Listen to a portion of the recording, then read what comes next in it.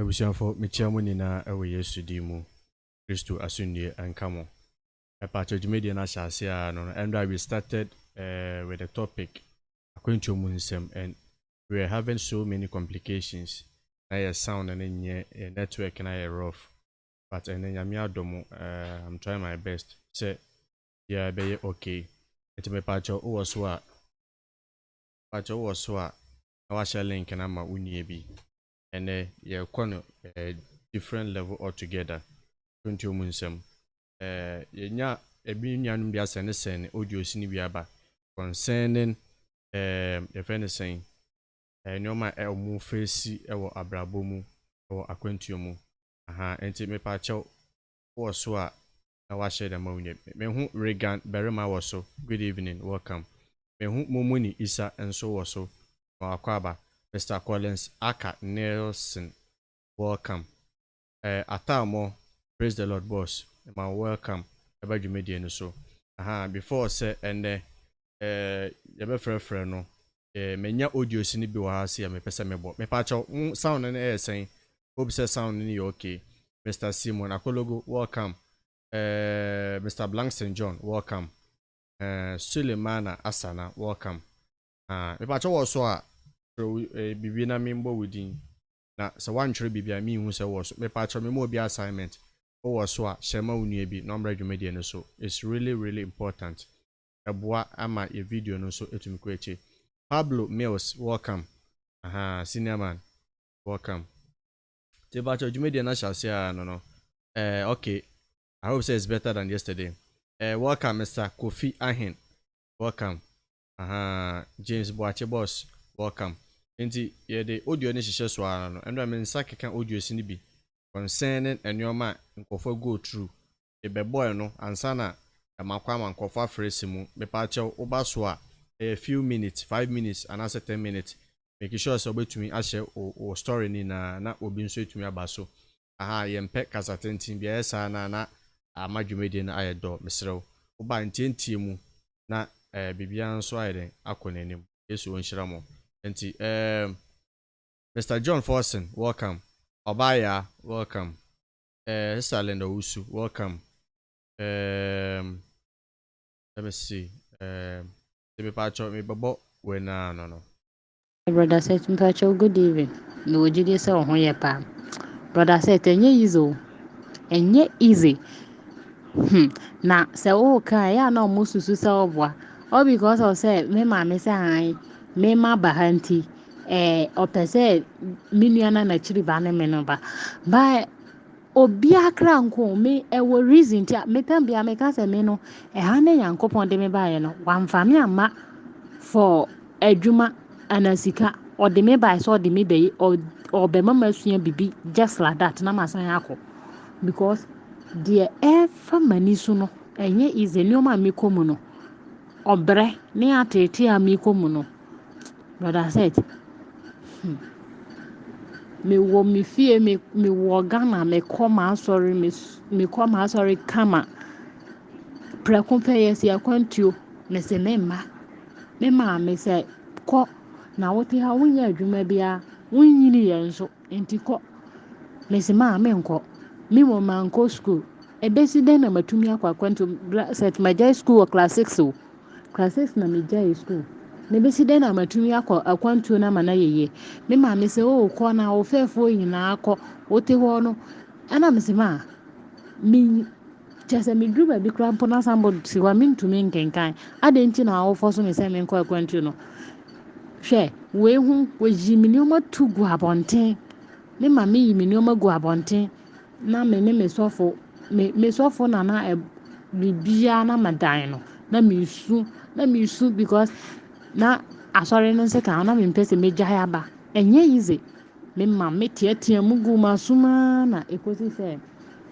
afedia ye papers no afi me kwa asori me mpa ya me bone se erade ma me papers ne block because me ankasa no na me pese me ba kwan braset makosem dimu afedia na dia me ma me de ya me no na ani susu all because of say me pese me ba continue no na ha me pa ba na ni o ma mu nsu adin ɛnyɛ nsɛm nyinaa na yɛka wode ma mentwitwa so na afei deɛ mesɔfo sɛ maadwo a mesrɛ wo kɔ na deɛ ɛkɔ n'ani ɛden deɛ wo maame yɛ mi mpo me soro nti wo deɛ kɔ na nyame bɛboa wo yɛyɛ me passport biribiara wieɛ afei me ba bɛduru Accra meba Thursday Sunday anɔpa na yɛfiri hɔ yɛba ɔmo ka kyerɛ yɛ sɛ yɛkɔ Kurdistan ɔmo si yɛkɔ Kurdistan first no mpo na ɔmo sɛ yɛkɔ Lebanon akyerɛ na ɔmo ka kyerɛ sɛ yɛkɔ Kurdistan ne yɛkɔ kɔduru Egypt yɛbɛ me say because me 1,000 cedis mpo meni bi a mede bɛtɔ gari mpo ahyɛ me bag mu na meduru baabi a madi kɔmo de me ankasa yɛkɔdaa Egypt kɔmo de me ɛnyɛ easy ansa na adeɛ kye na yɛba bɛduru Kurdistan yɛba bɛduru hɔ bra yɛba bɛduru hɔ no agent na ɔba bɛfa yɛ no mpo no ɛnyɛ asɛm kuma tena hɔ from anɔpa saa nsuo mpo na menya bi nom yɛ kampɛsɛ aduane atɔm yɛ from ɔmo de ɔmo gari ba yɛ de ɔmo didi na mete hɔ me nso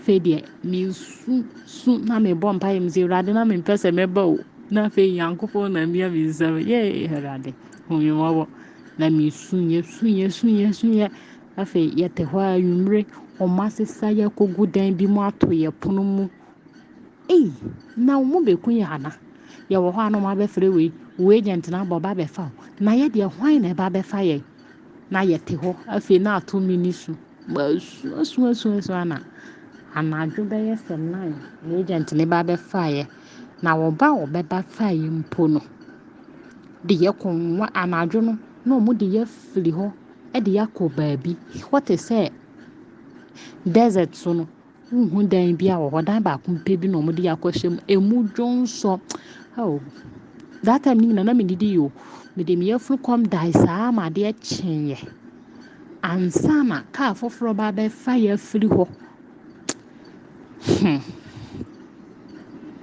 ba bɛfa yɛ afiri hɔ na ɔmo san de yɛakɔ baabi a yɛfiri kɔɔ baabi a ɔmo san bɛfa yɛkɔ agent ne fie hɔ bio ɛno nso yɛtena hɔ bɛyɛ sɛ 1 week ansa na yɛsan yɛfiri hɔ. Okay, ebusuafo mepacha afọ na ọba so a mehu sɛ Mr. Samuel Addison aba so ɔso na na ya ɔde Addison from America welcome mianka sɛ menua na Kwame from Dubai welcome Esther Diamond ɛwɔ so welcome Zegu Janet welcome Mr. Akosua Kesiwa nso wɔ so Ojeba Gifty welcome gospel musician baako pɛ nti mpacha wɔ so a na wakyerɛ bibi na mehu sɛ wɔ so na afei nso hyɛ ma wunie bi na ɔno so mbra dwumedie no yendi ne fefefe ya toa sister no a program no so audio no ka foforɔ ba san fire anadwo na ɔde yɛ aba Baghdad yɛbɛduru Baghdad deɛ ɛnyɛ easy emu nsɛm ba bɛto nkurɔfoɔ bi mu wɔ menim ɔwɔ ani bɔ me so ana me ho yɛ ɔma hin emu nsɛm bebree saa yɛnya fie bi mu kɔe yɛkɔkɔ duru fie no papa no yɛ mala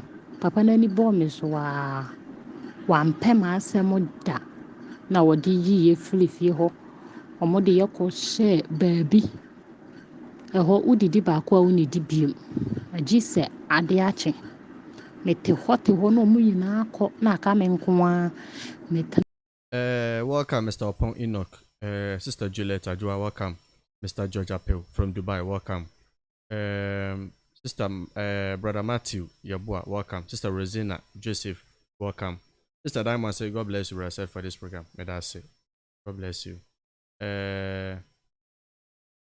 nana kwa maso asemu oman Akwantuo yi and ebre yi Mr. Kim Boat welcome I say this your man King live from heaven at the right hand side of God Abraham true Matiwai boss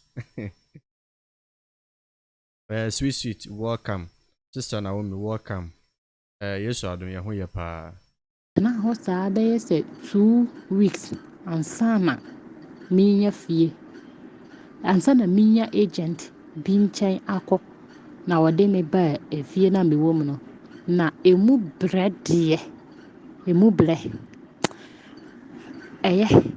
me sister pɛ sɛ ɔba ha maka me maame sɛ ɔmmra na mebaeɛ no maayɛ kama nti ɔmmra na sɛ mama wonim brɛ a mebrɛ ha me sika mpo yɛntaa ntua no nyinaa me nso mepɛ me nkwa de akɔ fie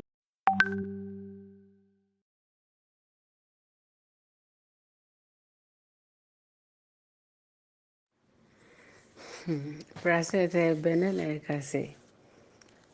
Me de kakra me ka fa Akwantuo ho. Even is a wood to kwa Europe country de anka at least make us bia. Yi kakra but Arab country no. Enye easy. Enye easy but sometimes na ya na